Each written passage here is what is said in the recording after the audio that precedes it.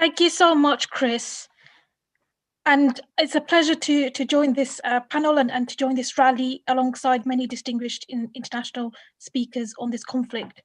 At this point in time in the world, the ongoing war against Yemen is the worst humanitarian crisis, with over 250,000 people dead and an estimated 24 million people in the country expected to need humanitarian assistance this year.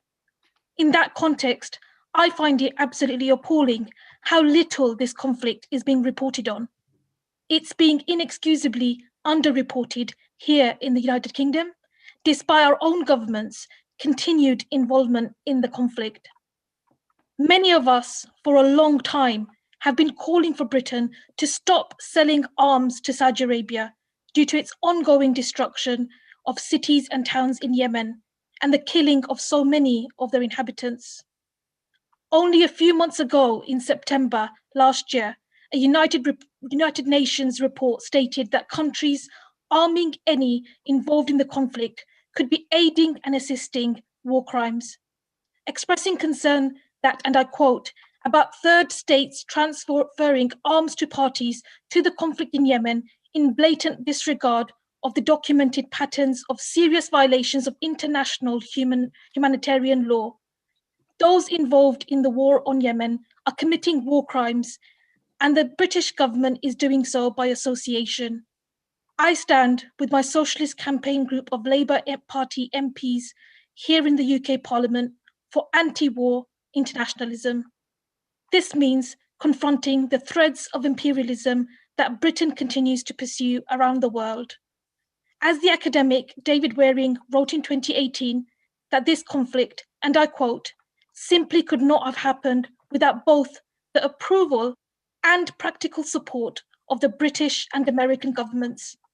Britain not only supplies materials and arms for the bombing of Yemen, but also goes as far as training the pilots who carry out such atrocities. This training continues to this day.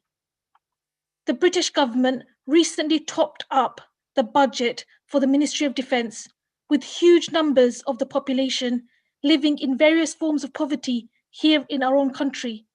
How else would the government continue to prop up the richest in our society if they were not making money from selling arms? But I believe that the government's selling of arms to Saudi Arabia, and therefore their continued collusion in this horrible conflict, is not just a money-making exercise, but it's also an exercise in imperial power. Now, for some of us, we know that the conflict would not be possible without the support of British and American governments, and it is something that we are ashamed of. But for some, the idea of Britain still possessing this form or sort of global influence is something to cherish. And were they not to be involved in these conflicts, they would feel that they would lose their influence. We must resist that narrative. And instead, we must argue that this power must be used by Britain to spread and promote peace across this world. Thank you.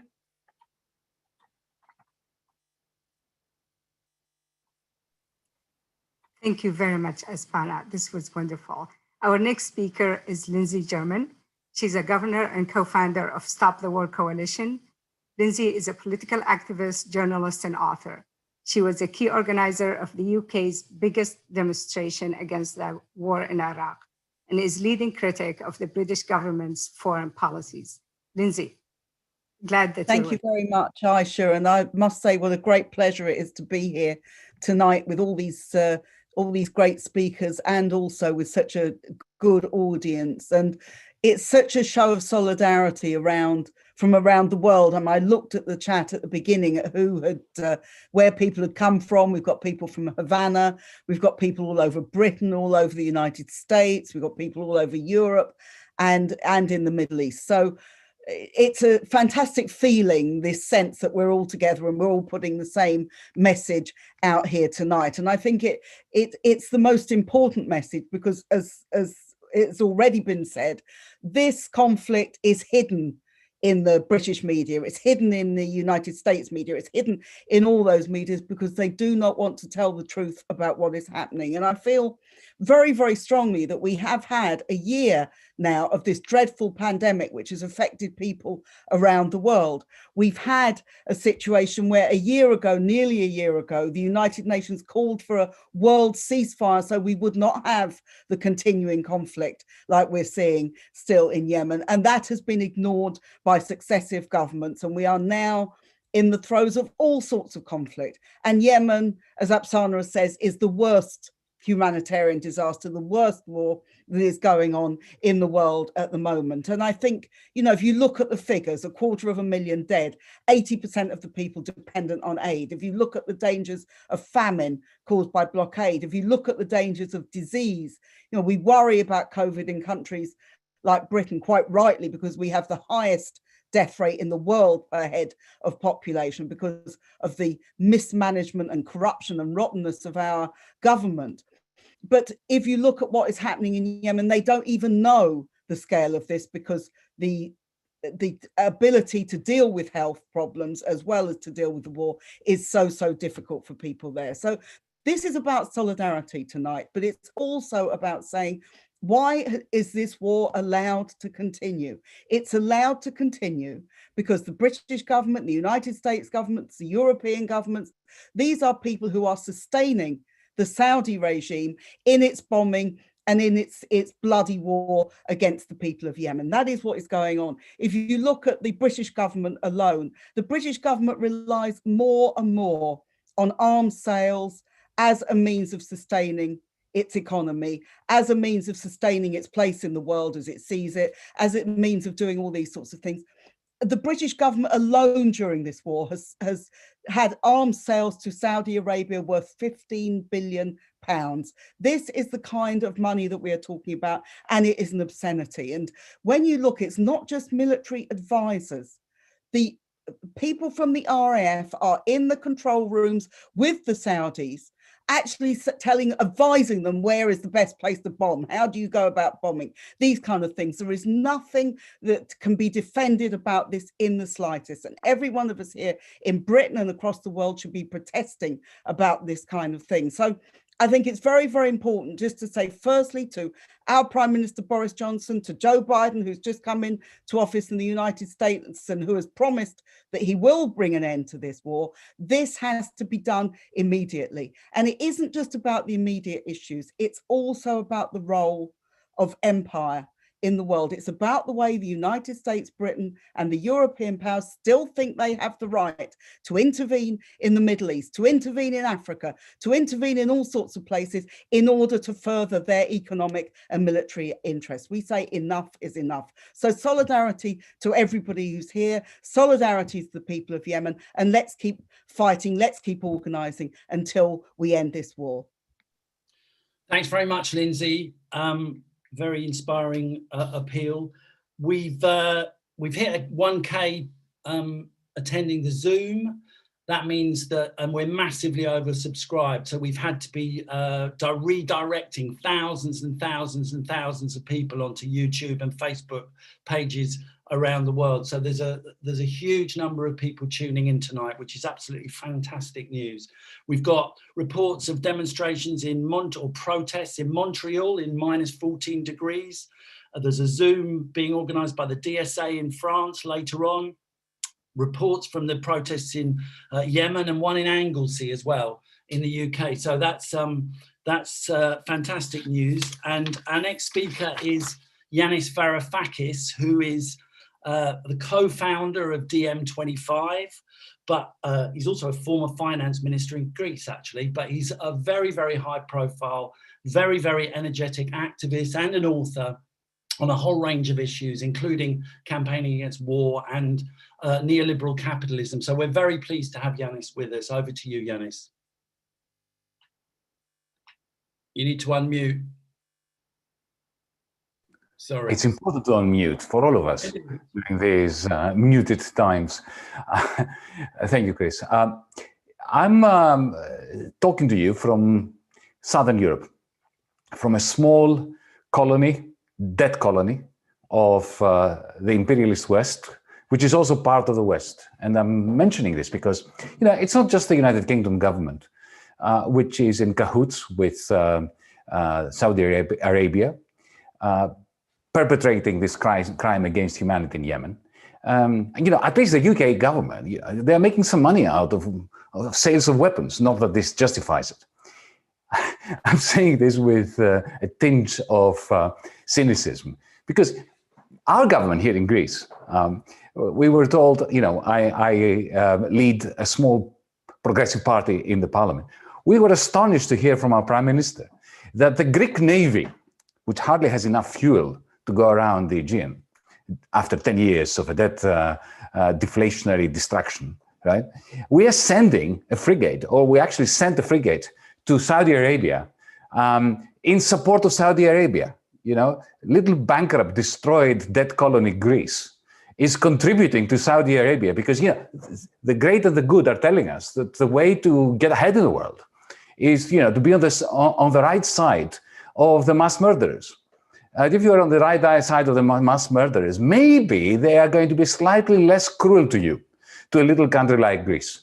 Yeah, so it's a combination of money making, of geopolitics, and of the politics of fear that is infused in the hearts of you know, everyone. You know, the little people in my country are being told, you know, we have the neo-Ottoman Empire here, Erdogan in Turkey. We need to be on the side of the United States. Of course, the United States is on the side of Turkey, just as it is on the side of Greece, because they're selling exactly the same weapons to Greece and to Turkey, while making Greece send the frigate to Saudi Arabia. We are learning no lessons from the past. Every bomb that explodes in Yemen, killing people that are subject to mass murder for years and years and years. Every such bomb is a bullet through the soul of every European, of every Western citizen. We are all guilty because even those of us who have demonstrated, we have not demonstrated enough about the crime against humanity being perpetrated in Yemen, Palestine, Kurdistan, all sorts of different parts of the world. The war is going on. It is global. It is morphing into different kinds of cruelty, of orchestrated, lucrative cruelty for those who benefit from it. And as I said, you know, the lessons of history have not been learned. I mean, I was reading only recently about an Ottoman army's attempt to put down a rebellion in a place called Yemen at the turn of the 19th to the 20th century, when the Ottoman armies were trying to put down the Zaidi tribes of Yemen, who then got quite sophisticated weapons and answered back, effectively humiliating the Ottomans. So just like in Afghanistan, in Greece, in Yemen, war is being perpetrated against humanity and against rationality, and it is up to the peoples of the world to unite against those who support through guns sales and through silence the Saudi expedition in Yemen today. Thank you.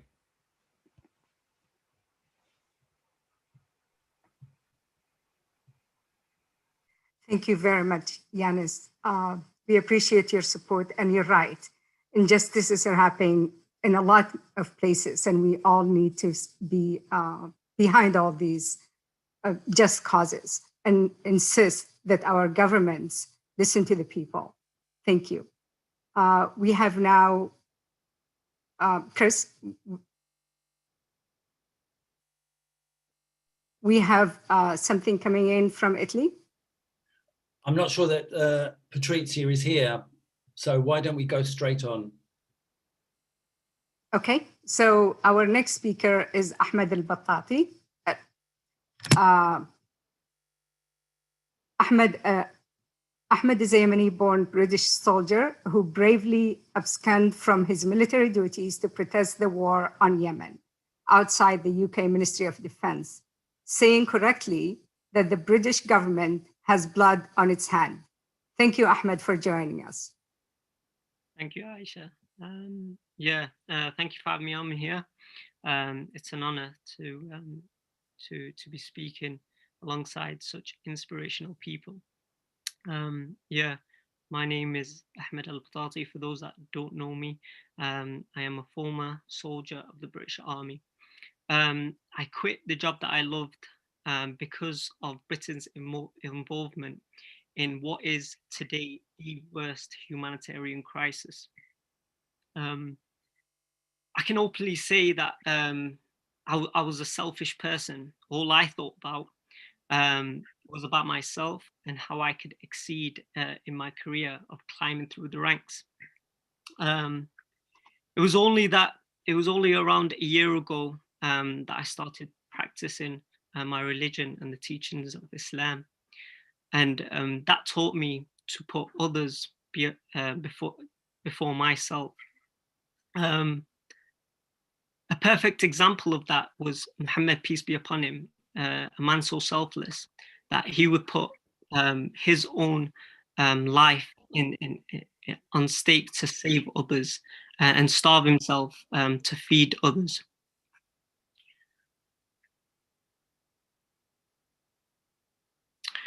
Yeah, so when I self-reflected, I knew that I needed to do more as an individual.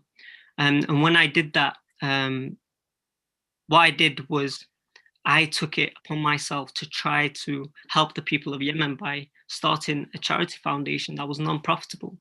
But the feedback that we got from the people of Yemen is that they wanted the war to stop. They couldn't depend on us giving them necessities and them not seeing a future for themselves. So we was quite taken back by the feedback that we got from them. So we started protesting to end the arms trade and to stop the war. We wrote to our local MPs, but we were pushed aside and ignored. I was quite angry and frustrated because the same government that were arming and supporting and fueling this war were the same government that expected a Yemeni like myself, a soldier, to fight for them and protect them.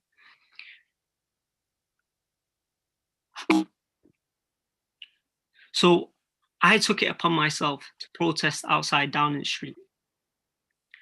And when I took it upon myself, shortly after, I handed in my request to leave the army. After protesting, I realized two things.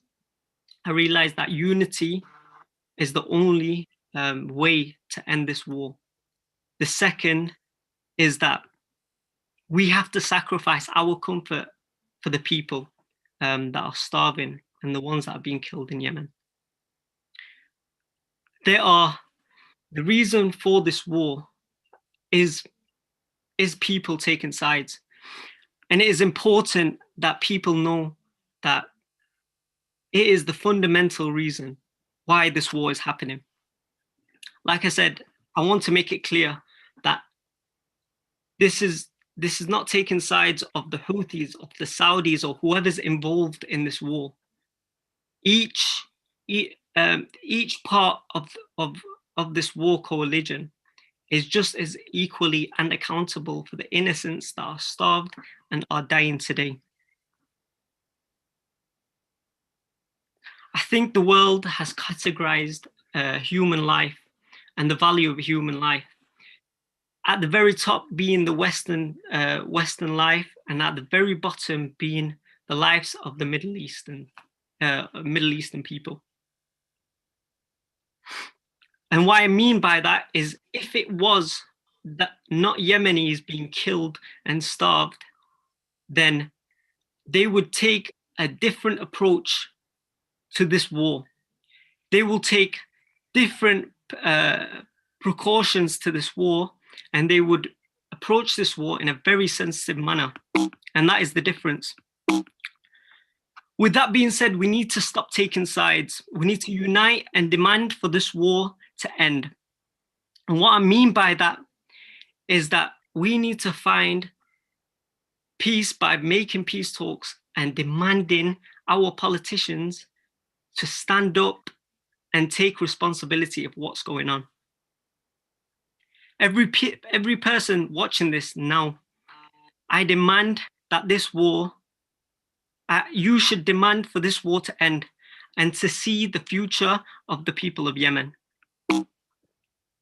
The first steps to taking for this war to end is by seeing your role, what effects you have on people. I just spoke with the university people of the University of London, and what they told me is that the BAE systems are working alongside universities. That's something that we can take a hold of as students, as the young people, is to stand against that, is to stand against the injustice as young people. Yeah, thank you for having me on here. Honestly, it's been a pleasure. It's been an honor. If you like to donate to Yemen as well, there is a link to a GoFundMe on my Twitter. Make sure you check that out. And yeah, thank you. Thank you for this opportunity. Thanks very much, Ahmed. That's fantastic. And as Ahmed says, the important thing is about getting involved, is about being part of the campaign, is about protesting. And if you go to any of the sites, if you go to the Stop the War Coalition site, if you go to the Code Pink site, you will see various different links to things that you can do immediately today, tweets that you can send out, lobbying tools for getting in touch with your local representatives, and also local protests and local organisation that's going on. So please do get involved. I'm very, very excited and pleased to be able to introduce our next speaker, who is Cornel West, who is an internationally known author, philosopher, academic and activist. Many of you will know already. He's taught at Harvard, he's taught at Yale, he's taught at Princeton, and he's a leading member, as well as being a kind of legend of the civil rights movement. He's now, I think, a leading member of the Democratic Socialists of America. So over to you, Cornel. Thanks very much for coming on. You need to unmute yourself, Cornel.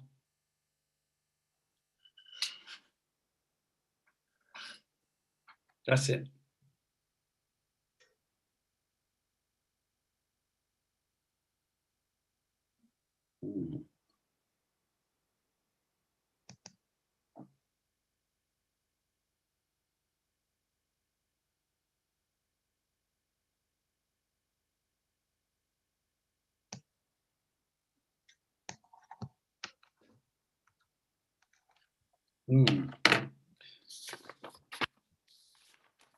Okay, there seems to be a problem here, which maybe we'll have to... Can you hear me now? Oh, we can now, yeah, fantastic.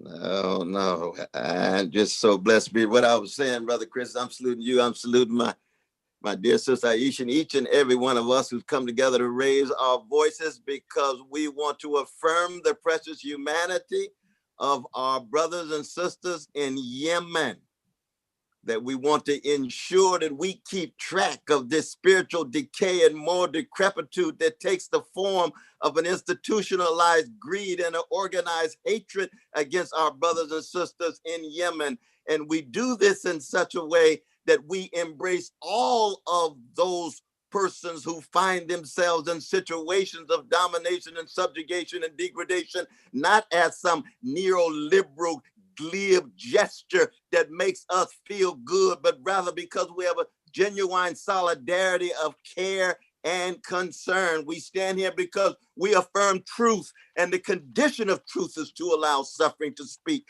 We affirm justice, and justice is what love looks like in public, and the love takes the form of raising voices, putting bodies on the line, and letting our brothers and sisters in Yemen know that they have not been forgotten, that their humanity will never, ever be rendered invisible, no matter what the corporate media has to say.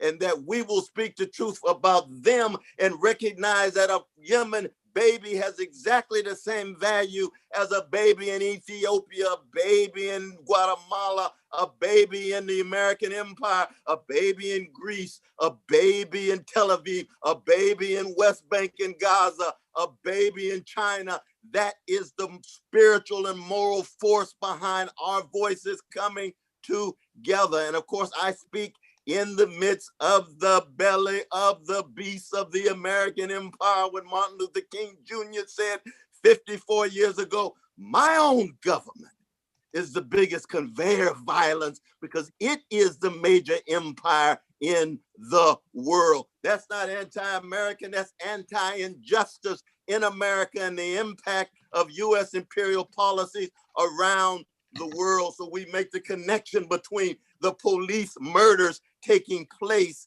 in the United States with the Wall Street crimes taking place in New York and big tech crimes, and connected to the Pentagon militarism. And it doesn't make any difference what color the head of the Pentagon is. It doesn't make any difference what gender the vice president is. If they don't meet moral and spiritual criteria of putting the least of these at the center of their vision, poor people, working people, no matter what color, gender, sexual orientation, or national identity, we will raise our voices. This is why I'm blessed to be here. And this is why we intend to be faithful unto death and to not allow the greed and the hatred, the imperial policy, the predatory capitalism, the patriarchy, the homophobia, the transphobia, losing sight of anybody, be they Arab, Muslim, Jewish, Catholic, Baptist, whatever. Thank you for allowing me to be a small part of this great gathering. Let us continue. We are very blessed to have your voice representing the Yemeni civilians and the anti-war movement everywhere, and to speak for justice. Thank you very much, Dr. West. And now we have Isa Mighty. Isa is a Yemeni American artist, and he's gonna share some music with us. Thank you, Isa. More of spoken word, but first I want to thank Dr. West. He got a fire in my stomach lighting up right now. I just feel so much passion and so much drive to make a change. I don't want to take up too much of our time since there's so many speakers that want to share. I just have a short story that I want to give. The other day I was just sitting on the couch. I turned the TV on. I went to see the news. Nothing interesting, just a bunch of different views. A man got shot and Timmy lost his shoes. Nothing really changed, but later I was confused. I was looking on the gram and seeing something about my country. Images of little kids, they starving and they hungry. No medication, diseases, the streets are bloody. Damn. I seen a mother filled with tears. Father grips his lifeless son. He's crying on his knees. Background all rubble, gunfire, the streets are trouble. But what am I to do a million miles away? I'm safe in my nice house, put those pictures away. And if I say anything, they gonna put me to shame. I guess I'm lame. We always saying sorry, so sick of apologizing. They killing my people, telling me it's my fault. Now they running, screaming through the streets. The refugees are coming, man, they coming out of fear. Where I come from, man, it's beautiful. Before it was a bomb field or an early funeral. Now enter my mind, we going on a ride. Anything you know, forget it for a minute. This ain't Isa, this is spirit. Disconnected from reality, the one that you are used to. We could die at any time. Who are you and who am I? Only memories survive, even those could be altered. We've been praying to the internet, the phone became the altar. We drowning not in water, perfection has distorted. Lies being reported, we report them because we lie as human being. The most perfect imperfection. Feeding for affection, sexual attention has replaced. It's like weed that has been laced, has us coming back for more. Enough is not enough. A bottle being filled, but a hole is at the bottom. Roots becoming rotten, cultures are forgotten. I am just a sinner and nothing more than that. Jesus is my first name, Muhammad is my last. Raised in America, they lie about the past. Indoctrination ain't no education, what they teach about the blacks. Slaves, nothing more. Kings, not at all. And what about my people? We are savages that brawl. But you are civilized colonizers. Death follows you wherever, every land that you touch. Burned to the ground, invaded my home countries for the oil in the ground. Lack of pigment got you fearing skin that is brown. Cities that were cities are now rubble wasted towns, and yet we are the terrorists. Such arrogance, a bubble that was built by the godless. I am God sent, not a prophet or a messenger, a boy that's seen it all, a man that can relate. I have elevated, I do not sit and debate. I give it and you take, my life is a mistake. I love it anyway, some days spending reminiscing, other days thinking ahead, bob your head. Not into the instrumental, have you meditated? Never catch me imitating imitators that do whatever it takes. I'm illustrating mental stimulation, no manipulating, go sophistication so we all achieve greatness. Dream a quiet life on this path to be famous. Yeah. On this path to be famous, I pray that I will lose my life before I lose my soul. Money ain't a motivation, I've been broke before. It taught me to stay humble, the other things I ignore. Sleep it on the dreamer when I die is when I snore, but I never die. Immortalized to the end of time. In these rhymes, I stay living on forever, but what is forever? I'm clever, never surrender. I am a better director, directing into the center of heaven. I pray to God, but I'm a sinner. I'm sitting around my dinner. I picture a new beginning, existing with no resistance. All winners. I'm just a kid. Maybe that's why I've been thinking different, kind of ignorant. The only difference is that I'm willing to admit it. Anything I say, I mean it whenever I spit it from the heart, hoping that you're gonna feel it. Give you all I got. It's up to you what you do with it. Thank you. Now, I just wanted to say one more thing before I go. I know there's, first off, just like a few things that Ahmed was saying about unity and about the people of Yemen and how all they want is a future. I just like most people in the audience, have more questions than answers on how we could end the violence, how we could end the war in Yemen.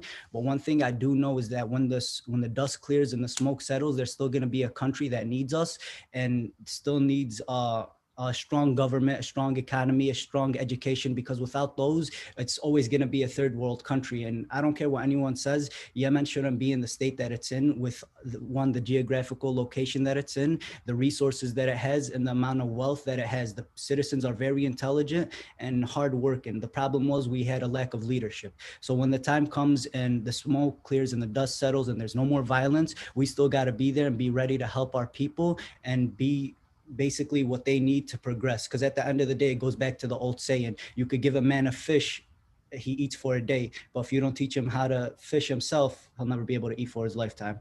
So thank you guys for having me. And the last thing I want to leave you with is to my Yemeni people, what are you doing every day to make yourself better, to achieve something, to learn something to further your benefit and further the benefit of our people? Welcome, Jeremy Corbyn. Thank you very much. Thank you, Isa. If you could, yeah.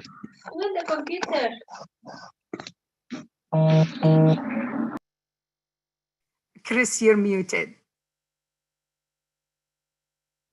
That was fantastic, Isa. Thank you so much for that. One of the frustrating things about Zoom is that you can't have like massive shout out from the thousands of people that are watching around the world, and that goes to all the different speakers. But I'm sure people really appreciate what you've said and your performance. So I want to move on now to our next speaker, who is Kate Hudson. Kate's from the UK. She's General Secretary of the Campaign for Nuclear Disarmament in Britain, and she's played a major role, a leading role in the campaigns against the wars that have taken place that the British government has been shamefully involved in over the last 20 years. Over to you, Kate. Thanks very much, Chris. It's great to see you and everyone else here this evening. It's an incredible turnout, and I'm so proud to bring solidarity greetings from CND to this global rally. What an incredible, incredible experience already. We stand shoulder to shoulder with the people of Yemen and all those working to end this terrible humanitarian catastrophe. But when people talk about a humanitarian catastrophe, sometimes they think maybe that's a natural disaster. This is nothing further from the truth. This situation, this famine, this destruction, this death and suffering is a man-made catastrophe. And here in Britain, we really have to face up to the truth that our government is playing a really significant and major role in this terrible, terrible catastrophe. And of course, today we're calling on President Biden to make good on his promises, to overturn immediately Trump's designation of Houthis as a terrorist organization, and we demand that he ends military support for the Saudi-led coalition. But we also here in the UK, we're calling on our own government, we're demanding that it ends its sales of weapons to Saudi Arabia and other coalition partners in this war. And we have to ask, how can there be peace in Yemen while Saudi-led forces using British-made fighter jets to drop British-made bombs and fire British-made missiles? Our government's sales of weapons are fueling this war. Vast profits are being made from the killing of innocent civilians on a huge scale. And these sales have to end. This trade in blood and death has to end. And we must force our government to change track. We have to put all the energy, all the power of our movement behind that demand in the same way that we did at the time of the war on Iraq. And it's time for human lives to be put before profits. And it's time for the arms industry in the UK to diversify. It has to move away from weapons production and towards production for human need. The pandemic brings that home to us more clearly than everything. And it's time for our government to comply with international law. There's overwhelming evidence, there's repeated breaches of international humanitarian law by the coalition. It's overwhelming, yet the UK continues to support airstrikes, providing arms, maintenance and support. So this is really fundamental for the movement here to take action and bring change on this. So, Chris, just to finish, it's been so moving and inspiring to see the images from Yemen today, the massive protests taking place, and to know that we are in solidarity around the world with those people in struggle. We're proud to be part of this global movement. We stand with you, and we will do our utmost to end this brutal war. Solidarity with the people of Yemen.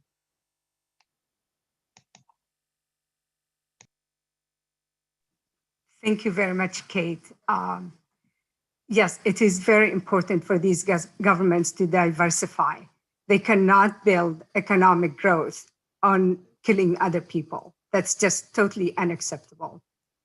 We have on the agenda Representative Ro-Khanna. I don't think he's on yet. So we'll just move on to the next speaker, and Jihan. Oh, perfect. So welcome, Congressman Khanna. We're delighted to have Congressman Khanna with us today. Ro-Khanna is a leading foreign progressive and one of the leading congressional voices against the US aid to the Saudi-led war in Yemen. His commitment to public service was inspired by his grandfather, who was active in Gandhi's independent movement. Welcome, and we're delighted to have you with us. Thank you so much. Thank you, and thank you for your incredible activism and the activism of so many on this call. Yemen is the greatest humanitarian crisis in the world. Ending this war and providing the relief that is necessary to civilians in Yemen has to be our highest priority. It has to be our highest priority across nationality, across religion, across party. I am committed to working with Senator Sanders and the Biden administration to bring this war to an end. Martin Griffiths, who I'm in regular touch with, and the UN envoy, has done tremendous work to try to resolve this conflict. Unfortunately, over the last 4 years, he hasn't had a partner in the United States government. That will change.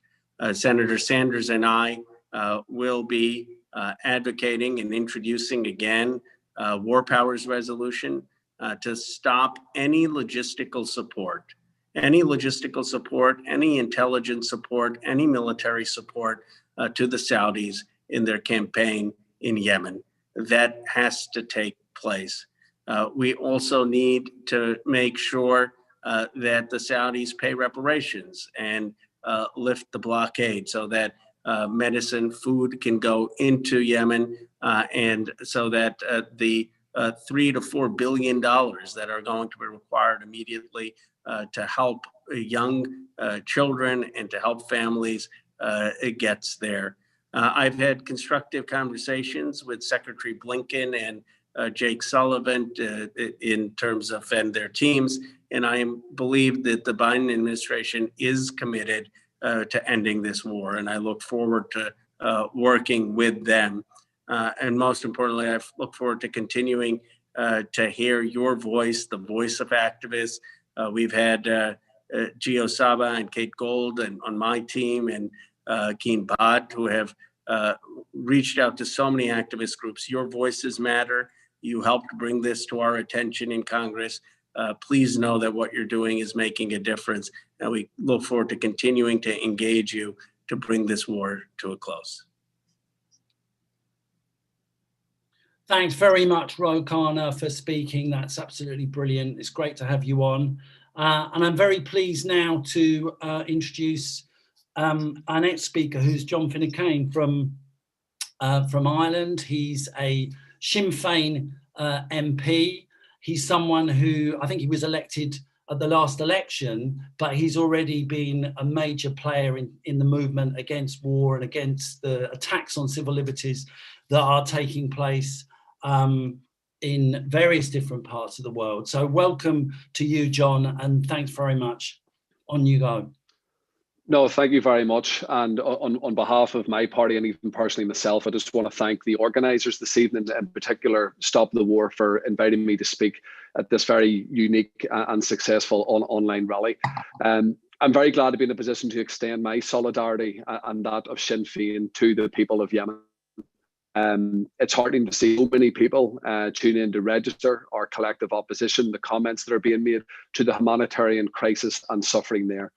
Here in Ireland, we have been utterly shocked at the images of the conflict. And let's call this exactly what it is, which everybody has done so far. It's a humanitarian crisis, and it requires a robust response. 80% of the population are now reliant on humanitarian aid, and that simply is not sustainable. We're seeing foreign aid completely drying up, with only a third of the UN aid budget of last year pledged for this year. And to make matters worse, we now have COVID sweeping across the country, with a mortality rate 5 times that of the global average. More than 18,000 air raids have been carried out on Yemen since 2015 by the Saudi and UAE-led military coalition. And it's estimated that over a third of all bombing missions strike non-military sites. Airstrikes have wiped out infrastructure that is essential for health and well-being of millions. And over 9.5 million children do not have access to safe water, sanitation, or hygiene, putting them at greater risk of infection. It's hard to grasp the scale of the number of children, which is 1.5 times the total population of the island of Ireland, not having access to clean water. The Saudi Arabian-led military campaign has been both brutal and highly illegal. Sinn Féin has repeatedly called on the Irish government to join the calls for an arms embargo on Saudi Arabia, and regrettably to date, the Dublin government continues to fail to do this. There is a desperate need for Britain and the US to stop supplying arms. We see US contracted military planes leaving Shannon Airport in the west of Ireland. And if Dublin is serious about being global peace brokers, then we cannot, under any circumstance, facilitate any activity that breaches international law and human rights. So I call again tonight on the Irish government to significantly increase humanitarian aid to Yemen and closely monitor the ability for humanitarian aid to reach the vulnerable populations in most need. This includes an end to the blockages and blockades. A coalition blockade has caused a humanitarian disaster, with 7 million people facing famine today. And today's UNICEF report shows that there could be as much as 2.4 million malnourished children in Yemen by the end of this year. Ireland's recent elevation onto the UN Security Council cannot simply be a matter of national prestige. We've spent long enough and more than enough money to get there. It's time for Ireland to do some good with it. Ireland must be a champion for peace and human rights. Personally, I grew up in Belfast, which was a war zone at that time. I've seen firsthand that no conflict is intractable, no matter how bad things may seem. In the Irish case, the then US administration and the wider international community played a vital role in bridging dialogue and facilitating efforts towards a lasting peace. They can do so again, and they must do so again. We can anticipate that President Biden's administration will be considerably different to the administration of his predecessor. Let's see that happen, because we must all devote our energies to ending the war in Yemen by every means at our disposal. That must mean an immediate ceasefire by all sides, including Saudi Arabia, and a lifting of the Saudi Arabian blockade, which is preventing much needed humanitarian aid entering Yemen. We in Sinn Féin echo calls for an immediate arms embargo. We call for dialogue mechanisms aimed at securing a credible peace process involving the political representatives of Yemen, free from foreign interference, to be put in place. The Irish government must lobby fellow UN member states to restore funding to at least the levels of last year and work within the Security Council to bring as much pressure as possible to end this war. Ireland has seen more than its share of strife and hunger in the past, and we cannot and will not sit idly by and watch more countries endure the same. So thank you again very much for this opportunity to speak to you tonight, and solidarity with the people of Yemen. Thank you very much, John, for presenting on the humanitarian crisis on Yemen, mentioning the blockade, and also that aid alone cannot support Yemen. We need to end the blockade so the economy of Yemen is revived and people can help themselves. Our next speaker is Danielle Obano. She's a politician and political activist. Danielle is a National Assembly member from Paris, standing for France Insoumis, has an outstanding record of anti-war and anti-racist campaigning. Welcome, Danielle. Hi, everyone, and thank you again for inviting me to this very important event. As an internationalist and an elected official, I really feel it's not only my duty to stand in solidarity with the Yemeni people, but also to hold my government accountable for its active and passive role in what is actually taking place.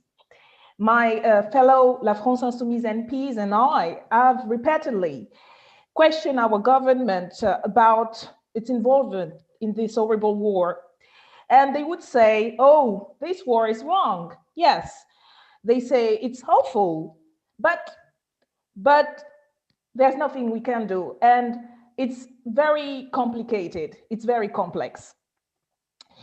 To my point, and that's my main point today, about the responsibility of my government, but the Western government as a whole. This war, and it has been said by previous speakers, is not inevitable. It's not a fatality. And more than ever, it's the fruit of the consequences of political choices, of political actions. Arundhati Roy used to say that we must not complicate what is simple, nor simplify what is complex. So let's repeat some pretty facts, pretty awful facts. Around 250,000 people are already dead in Yemen. 80% of Yemenis are living in poverty. 2/3 of Yemenis depend on humanitarian aid or for food. Less than 50% of the health facilities operate. An 80% drop in GDP has been witnessed between 2013 and 2015. The famine that threaten now nearly 30 million Yemenis, 24 million children are malnourished. And above and with COVID, there are also news about cholera epidemic. So the fact that this war must end is not anything complex. What is the French government doing? It sells arms to Saudi Arabia. It was indicated in a confidential note from the Directorate of the Military Intelligence that was transmitted to the President of the Republic, the Prime Minister, the Minister of Army, and the Foreign Ministers in 2018. And it was revealed to the press that we sell cannons, missiles, and ships to Saudi Arabia. That note made it very clear that these weapons are indeed used for offensive purposes and may have been used to commit war crimes, in particular, the bombing of civilian population. The guns are deployed along the Saudi-Yemeni border. So there is nothing complex about this. France is also in breach of the Arms Trade Treaty, which prohibits the transfer of arms that could be used to commit war crimes or crimes against humanity, and oblige state parties to deny export if it considers that there is a risk that the arm could be used to commit war crimes and crimes against humanity. That is not complex at all either. The site of French multinational Total has been used as a prison by the regime, and President Macron has received with all honors the Saudi leaders. That is not complex at all. So I could keep going on about those facts that shows the direct involvement of our government in France, but other governments in the Western world about this. I just wanted to end by saying that the involvement of our government is part of what is going on. So our involvement as people, and especially as elected officials, is also part of what can happen. Our government bears a responsibility for those deaths, this famine, and the catastrophic situation, and this has to stop. Our responsibility is to make it happen, and I urge everyone listening now to spread the word, to phone their elected official, to send emails in order to be part of this very important movement that can actually stop what is happening in Yemen. So let's do it together, and I repeat my deep, sincere solidarity to the people of Yemen, and thank you very much for organizing this action. Thank you. Thanks very much, Danielle. That was fantastic. And I think the point she makes about the fact that the war isn't inevitable is very, very important. We have, in fact, an opening at the moment where not only is public opinion, I think, around the world turning against the war, but also we have a US president who, at least partly under pressure, has promised to end US support for the war on Yemen. And that's something that, you know, should give us hope, but it's something that means we have to increase our mobilization and we have to build the movement to keep the pressure up. I'd just like to say, I've just had a couple of announcements. One is that we can't do the complete calculations because it's being, the event is being streamed in so many places, but there are thousands and thousands of people who are watching this on Facebook and on YouTube. But also we've just heard that Al Mayadeen TV in the Middle East is broadcasting this event live. It's one of the biggest TV channels in the Middle East, has millions and millions of viewers. So it's fantastic to have a feeling that we're building a movement that has real impact. So I think I'll go now. We're hoping to get Jihan Hakim on the line. I don't know if she can hear us. She's kind of on. Jihan, are you ready to say? Yes, she is on. Brilliant. Hi there. Can I just say that Jihan has been one of the main organisers of this movement in the US and in terms of globally as well. She's been a very, very important player in making this happen. I think she's also reporting live from a protest near where she is. So I'll hand over to Jihan. Hi, everyone. Extremely grateful for everyone who is on the panel, everyone who is tuning in from the States and across the world. Yes, I am in San Francisco, and we have organized a car caravan in order to abide by the social distancing guidelines. So we are just lining up right now, and we're going to be headed to BlackRock. BlackRock is a major investor in the larger bomb manufacturers such as Raytheon, Lockheed Martin, General Dynamics, and Boeing. We're going to stop there and have a small rally, and then we're going to end at Nancy Pelosi's office, Speaker of the House, since she has not been really consistent on her role when it comes to really pushing the War Powers Resolution. So we're going to end there.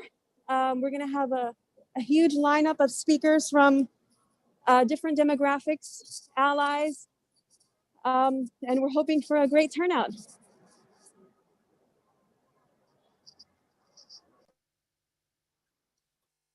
That's great. Thanks very much, Jihan, and thanks very much for all the work that you've done. Good luck with the protest. I think I'll go straight on now, as Aisha seems to have disappeared for a second, and introduce someone we're very pleased to have on the panel. She's Dr. Shireen Aladaimi. She's I believe, a professor at Michigan State University, but she's also a very high-profile speaker on behalf of the Yemeni people in the United States. And she's been a tireless campaigner and advocate for the anti-war movement in the US on this particular issue and on many others. So we're very, very pleased to welcome Dr. Shireen Aladaimi to the panel. Thank you very much for having me. And it's a true honor to be here with you today. It's also an honor to have been working alongside my Yemeni American sisters, Aisha German and Jihan Hakim, over the past few years, as well as so many of you who have answered the call of Yemenis to end this Western-backed war on Yemen. For me, the fight to end the war in Yemen, where I was born and raised, has been very personal and also the most difficult and painful thing I've been part of. There were times where, especially in the early days in 2015 and 2016, where it felt like a very small group of us was yelling into the void, and people either didn't know what was happening in Yemen in our name, or were reluctant to challenge President Obama's war in Yemen. What I've seen since then, however, is a growing momentum that led to the historic passage of the War Powers Resolution, first introduced by Representative Rokana, who joined us earlier. I wanted a chance to say thank you to him in person, and Senator Bernie Sanders in the Senate. It was an uphill battle, and the veto was devastating, even though it was entirely expected. But what I saw then and what I'm seeing today is that so many people, thousands of people, many of whom have never been to Yemen, are willing to put their energies and their time into stopping a war that has caused untold misery and suffering. I've often said that the war in Yemen is not forgotten, but ignored. But today I'm happy to see that Yemen is ignored no more. As a Yemeni Canadian, I call on Prime Minister Justin Trudeau to end the $15 billion arms deal with Saudi Arabia. The arms manufactured in my hometown of London, Ontario, are used to oppress civilians in Yemen. President Trudeau, it is your responsibility, both legally and morally, to stop fueling this war on Yemeni citizens. As a Yemeni American, I also call on President Joe Biden to stop fueling every aspect of this war in Yemen, from training Saudi and UAE soldiers and pilots, to intelligence sharing, to targeting, and to arms sales. President Biden, you unjustly entered this war back in 2015. It's now your responsibility to end all forms of support for this war and to remove all barriers to humanitarian assistance, including lifting the blockade on Yemen. I also call on our lawmakers to pass another War Powers Resolution that will make enforcing this more transparent and reversing it more difficult. And as a member of the global community, I want to urge citizens whose countries are bombing and starving Yemen to join us or to continue working alongside us to end our government's complicity in mass murder and, frankly, genocide. Well over 100,000 people have already been killed. Over 250,000 people have died from preventable illnesses and starvation, and millions more are facing starvation right now. And every 10 minutes, a child under the age of 5 is slowly and violently starved to death. But I'm hopeful that together we'll end this war, because many people saw Yemeni homes destroyed by globally funded and supplied weapons, and they looked away, but you did not. Many people saw Yemenis being starved by an illegal and inhumane blockade, and they looked away, but you did not. And for that, I thank you. I want you to know that all of your efforts matter. All of your writing, your speaking, your protesting, the tweets, the emails, and the letters, all of this matters. And one day Yemenis will have a chance to pick up the pieces and to chart their own course, free from international meddling and intervention. One day bombs won't be dropped on innocent people in our name, and those who profited from this war will be held accountable. Until that day, I call on everyone listening and watching today to continue fighting for the sake of 30 million Yemenis, no matter how long it takes, no matter how lonely it gets, and no matter how difficult it is, because Yemen matters and Yemen can't wait. Thank you so much for your solidarity.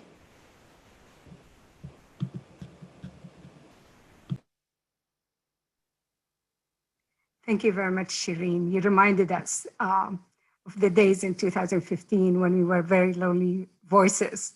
And it's just amazing to see what's happening today with so much support from around the globe. Our next speaker was going to be Donnie Glover, but he's not with us. So I would like to ask Chris to introduce our final speaker for the day. Thank you, Chris. Okay, well, hopefully Danny will show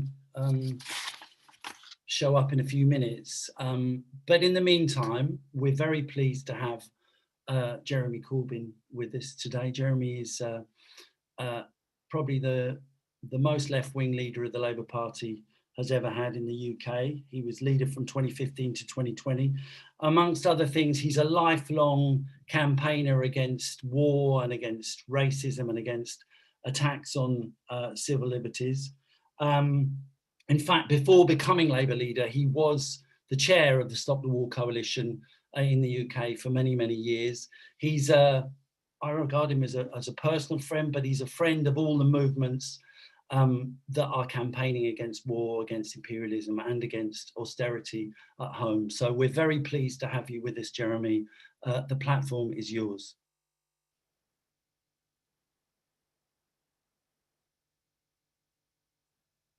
But a platform only works when you're unmuted. It's the buzzword of 2021, unmute yourself. Chris, thank you very much for what you just said and for being such a great friend and comrade over so many years. And thank you to everyone in Stop the War Coalition for staying the course. We founded it in 2001, and here we are 20 years later, having contributed massively to political discourse in Britain, changed the agenda on so many things. And now I'm so pleased that we are taking part in this incredible global call. The technology was available for a long time to do international calls like this. We didn't use it enough. But the one advantage of the COVID crisis is that people suddenly realize that it's perfectly possible to have a really big rally online like this, as well as directly on television in the Middle East. And so I want to say welcome and thank you to everyone that's watching us today. And thank you to all of the fellow speakers and my colleagues in Parliament, Absana and John, for the contributions they've made and the incredible work that they do. Because this war in Yemen is something that is unbelievably disgraceful. But voices all around the world, and I was just looking at photos of the rallies today in Sana'a and other places, massive rallies of people saying they've had enough of this war. They've had enough of the death and the destruction that this war is bringing to the people of Yemen. The UN quite rightly says it's the largest humanitarian disaster anywhere in the world. Just think about that for a moment. The largest humanitarian disaster anywhere in the world. Nicely put, and humanitarian disaster has the ring of some kind of natural misfortune.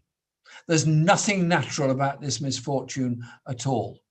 That humanitarian disaster of cholera, of COVID, of hunger, of poverty, of the bombing of schools and hospitals, of the loss of so many children's lives, and the pollution that the detritus of war will leave for decades to come, is entirely of human activity and of massive arms sales to Saudi Arabia and other countries in the region that have taken part in this war. And those arms sales are absolutely incredible. $90 billion of arms sale over 5 years to Saudi Arabia, even more than that to neighboring countries in the region.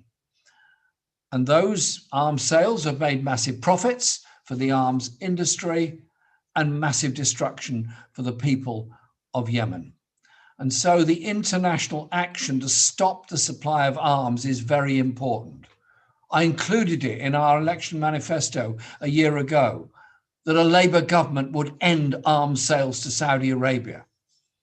And action taken by good friends in the US Congress and the Senate, in particular compliment the work of Senator Bernie Sanders to ensure that the US at least has laws to try to stop those sales.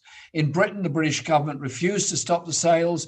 The wonderful campaign against the arms trade took the case to court and won the case in court, thus forcing the suspension temporarily, unfortunately, of those arms sales. Let's make the suspension of arms sales total and permanent all around, because those weapons have been guided weapons, guided by military from other countries, from Saudi Arabia, guided to take out lives in Yemen at the present time. And so in Britain, we're doing all we can on this. Absana Begum, who's on the call, wrote an open letter to the government yesterday, which a number of us signed, and we stand absolutely by that. I drafted, or Chris helped me draft, a motion on Yemen, which is being placed before Parliament tomorrow, which a large number of colleagues are going to sign. And I believe it shows the need for a War Powers Act in Britain just as much as it needs a War Powers Act everywhere else around the world. But a War Powers Act on its own won't solve the issue, because a War Powers Act merely means that a Parliament or Congress decides whether to go to war or not. I want us to look at things on a slightly more fundamental way. Profits are being made from the killing of children. Profits are being made from the destruction of an entire country, and the proxy war that is being sought by a number of countries between Saudi Arabia and Iran is part of this. Let's stop, hold a ceasefire, and allow the people of Yemen to decide their future, and allow the aid in that's now so vitally necessary to deal with cholera, COVID, poverty, hunger, and lack of medicines. But it's also what we do globally. Behind me is a banner for an organization we formed very recently and launched last Sunday. 500,000 people joined in it. The Project for Peace and Justice around the world. It's not taking over any campaigns. It's not undermining any campaigns. It's mobilizing and bringing people together in support of campaigns, dealing with the difficult issues. If we are to live in a world free from war, you have to look at the issues that the planet faces. The COVID crisis, the environmental disaster, the massive inequality between the richest and the poorest, the debt burden of the poorest people in the poorest countries in the world, and the growth of the billionaire class in certain parts of the world thriving in tax havens, whilst their profits from the bombs rain down on the people of Yemen. And so in this call today, we're bringing together all our different experiences. People in Yemen, people in the USA, people in refugee camps all around the world who themselves are the victims of war. In 2003, when we mounted that huge demonstration against the Iraq war, we warned that a war with Iraq would have untold consequences of terrorism, of poverty, of the refugee flows, and the wars of tomorrow. Sadly, we were not wrong on any of those things. All of that has come to pass. A global movement can stop the war in Yemen, can stop the arms supplies, can stop and choke off what is killing the people of Yemen. But it does require a global movement. And it does require us to have the confidence of our unity, the confidence of our strength, the confidence of a vision of a world that isn't based on weaponry and war and conflict, but instead is based on creating a more civilized world where we deal with the issues and the problems that we all face. As Bernie Sanders once said of the United States can afford anything except the levels of inequality that exist. The same applies to this world. So, in our unity, let's support the people of Yemen. In our unity, let's stop the war in Yemen. And above all, in our unity, don't just come together to oppose the war in Yemen as we're doing today. Come together to oppose the rise of the far right and racism all around the world and bring people together in that quest for peace and ending poverty and the unity that will come from it. Thank you, everyone, for joining this call today. Let's make sure that next time we meet is to celebrate the end of the war in Yemen and celebrate the support that's necessary to the people of Yemen to deal with wholly preventable diseases like cholera. No child's life should be ended at 3 or 4 or 5 from cholera caused by the bombs that are raining on them, that have come from very wealthy companies all around the world. Stop the war in Yemen now. Thank you very much, Jeremy. This is something that we all needed to hear. peace and justice for people of Yemen, peace and justice for oppressed people around the world, including in the UK and the US, those poor people who've been affected by COVID-19 and without a lot of support from their own governments. The other thing also, I'm a public health professional. I do health projects in Yemen. I want to remind people that malnutrition that we see now in Yemen is going to be affecting children for many years down the road because it impacts their growth, it impacts their development, and including mental development. There is also going to be a huge issue with mental health in Yemen. So Yemen is going to be needing a lot of support in the peacetime and reconstruction phase of it. I would like to call on everybody who is on with us today, especially those who are in the US, to demand that Congress and the President Biden to immediately stop foreign aggression on Yemen, stop weapons and war support for the Saudi and the UAE, lift the blockades on Yemen and open all land and seaports, and restore and expand the humanitarian aid for the people of Yemen. Please call your representative today at 1-833-STOP-WAR. I know that a lot of people in a lot of different countries have also their own ways reaching out to their representatives and their governments. Please do. We are, like Chris said, we are the majority now, and our will needs to be answered. So thank you all, and Chris, I leave the floor to you. Okay, Aisha, well, thanks very much to you. Thanks to all the speakers. Thanks to all the organisers as well around the world. And thanks to everyone who came on this Zoom rally, which I think has been a real breakthrough in the campaign. The crucial thing is, if you're not already involved, get involved. Go to one of the websites, the Stop the War website, the Code Pink website, the other websites that have been backing this day. Get involved, sign up. We'll be organising more events in the future, and keep lobbying, keep protesting, stay loud on social media, make sure that the word gets out about tonight and the word gets out about the massive level of opposition to the war there is around the world. We're fighting a campaign here to win. We're protesting to win. We want you to stay engaged, to keep struggling and keep fighting. Solidarity to you all, and thanks very much for coming. Thank you, Chris.